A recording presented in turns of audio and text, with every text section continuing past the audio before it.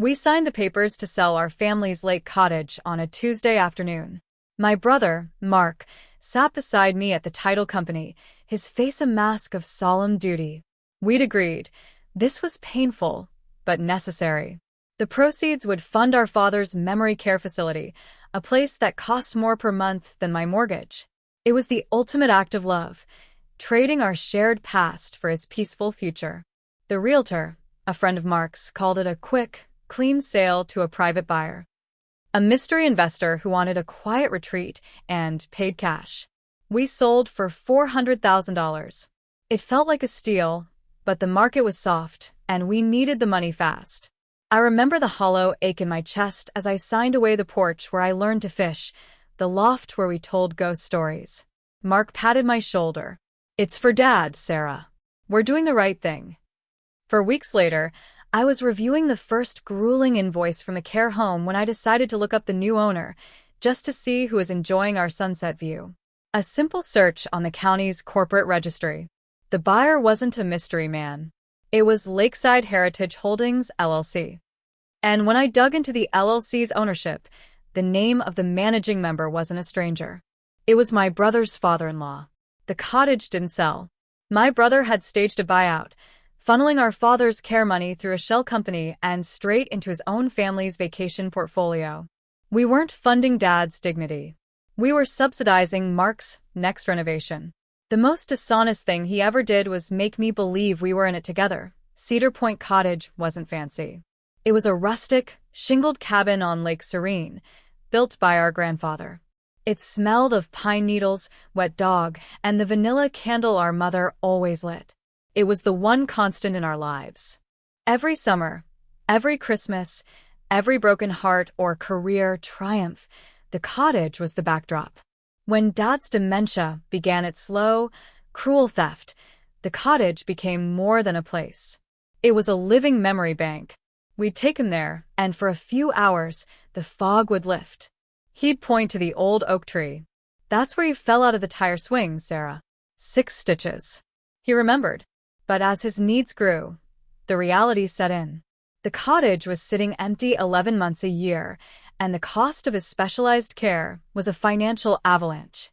Mark, a commercial real estate broker, called the family meeting. He laid out the numbers with clinical precision. The cottage's value, the annual taxes and upkeep, the staggering monthly fee for Maple Grove memory care. "We have one asset that can solve this," he said, not meeting my eye. "We sell the cottage. It's what Dad would want. He'd trade every sunset at the lake for a safety now." The decision was agony. It felt like choosing between our father and our history. But Mark framed it as the only responsible adult choice. He knew a guy, a realtor who specialized in discreet, off-market sales to avoid drama and realtor fees. It would be faster, cheaper. We all agreed, my sister Lisa, me, and Mark. We set a price based on a quick appraisal Mark arranged, $800,000.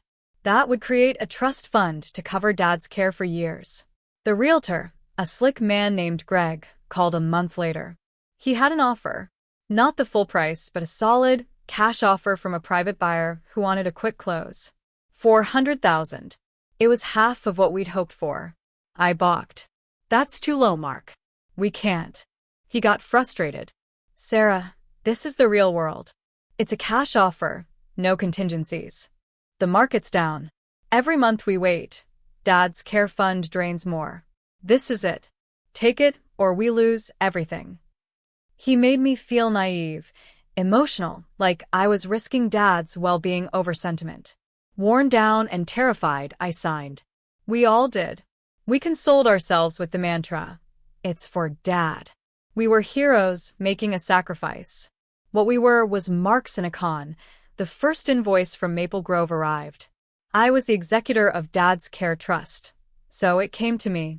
I transferred the first payment from the sale proceeds, watching the balance tick down.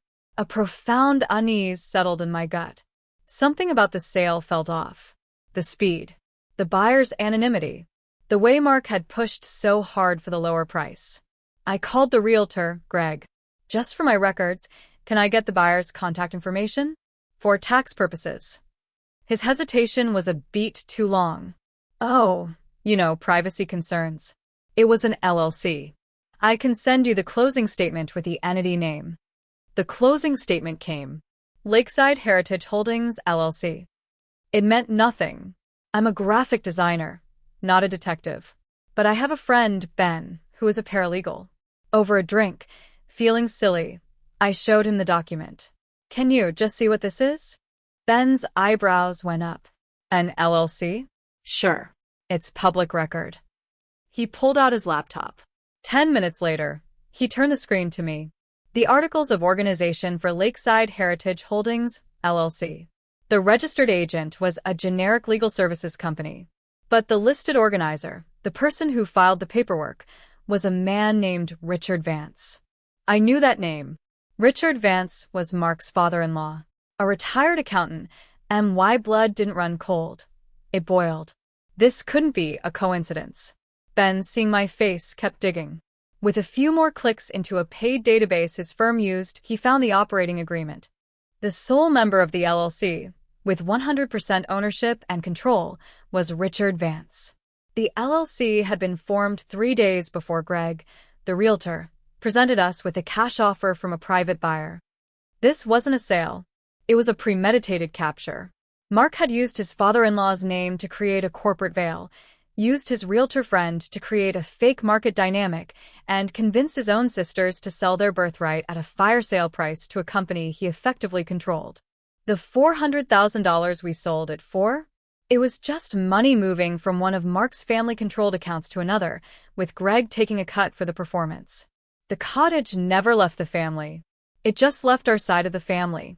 The care fund was half of what it should have been, and my brother was the secret landlord.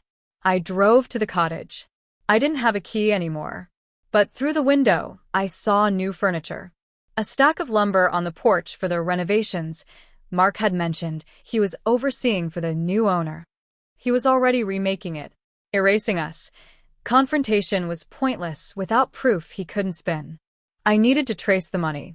I hired a forensic accountant, a woman named Evelyn who listened to my story without a flicker of surprise. It's called a related party transaction, she said flatly. And when it's hidden, it's fraud. Her investigation was a revelation of quiet audacity. The $400,000 purchase money came from a line of credit on the Cedar Point cottage itself. Mark, before the sale, had taken out a home equity loan on the property, using his power of attorney for our incapacitated father. He used Dad's own asset to borrow the money to buy it from us. So, we weren't even paid with his money. We were paid with a loan against the property we were selling, a loan that was now the LLC's debt. The financial elegance of the deceit was disgusting. Worse, Evelyn found the appraisal Mark had used to set our original $800,000 expectation. It was from an appraiser who did constant work for Mark's realty firm.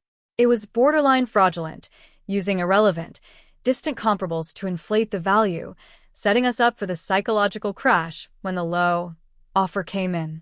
The entire process was a staged play, and we were the emotional extras. I obtained Dad's bank records. The monthly payments from the Care Trust to Maple Grove were going out, but so were equal monthly transfers from that same trust to an account labeled Lakeside Holdings Maintenance. My brother was using Dad's shrunken care fund to pay the property taxes and utilities on the cottage he now secretly owned. He wasn't just stealing the asset. He was making our father's care fund subsidize his theft in real time. The weight of the evidence was a physical pressure. I scheduled a meeting with Mark at his office, a place of glass and success. I didn't bring lawyers. I brought a folder. I laid out the LLC documents first. Then the loan documents showing the Helic in Dad's name. Then the bank statements with the draining care fund and the parallel payments to the cottage. I didn't say a word. I just watched his face. The color didn't drain. It hardened. The kindly brother facade didn't crack. It simply vanished, replaced by the cold negotiator I'd seen him be with business adversaries. You always were too emotional about that place, Sarah. It's an asset. I structured a deal that kept it in the family and solved the immediate problem. You should be thanking me. The open market could have been worse. Thanking you? My voice was eerily calm. You committed fraud against your sisters and your father. You falsified an appraisal. You forged Dad's name on a loan. You conspired with your father-in-law to create a false buyer. I have a forensic report that details every step. My next meeting is either with you to fix this or with the district attorney's white-collar crime unit and adult protective services. Your choice. For the first time, I saw a flicker of fear, not remorse. Fear for his license, his reputation, his freedom. He tried to negotiate. What do you want? I slid a single piece of paper across his desk. My terms. 1. The LLC immediately deeds the cottage back to the original family trust, clear of the fraudulent loan, which he would personally satisfy. 2. He personally reimburses the care trust for every penny missing, plus the $400,000 difference between the fake sale price and the true market value, which we would now establish with a neutral appraiser. 3. He resigns as co-trustee of Dad's care and our father's power of attorney. Permanently. 4. He tells our sister Lisa everything, in my presence. He signed. It was cheaper than a lawyer, and far cheaper than a trial. The cottage is back in the family trust now. We had to take out a legitimate loan against it to truly fund Dad's care, which hurts, but it's honest. Mark is forbidden from setting foot on the property. Lisa hasn't spoken to him in a year. The family is shattered. We saved the place, but we lost each other. Sometimes, uncovering the truth doesn't bring a family together. It performs an autopsy, showing you exactly how and why it died. The cottage is quiet now. The new furniture is gone. It's just the old pine smell and the ghosts of what we were before we knew what we were capable of doing to each other. My brother didn't just want the cottage. He wanted to have his cake, eat it too, and make us pay for the recipe. And in the end, the highest cost wasn't financial. It was the permanent winter that settled over our family name. This story forces you to pick a side in the oldest debate, sentiment versus money. Were my brother actions just shrewd business in a tough situation, or were they an unforgivable violation of family trust? When does structuring a deal become theft? I need you to judge this one. Debate it in the comments. And if this story made you think of your own family's shared assets, share it. Share it as a vital, painful lesson. When a loved one becomes vulnerable, their assets become a magnet for the worst in people. Get everything in writing, use independent appraisers, and remember, the most dangerous bidder at a family fire sale might already be sitting at your dinner table.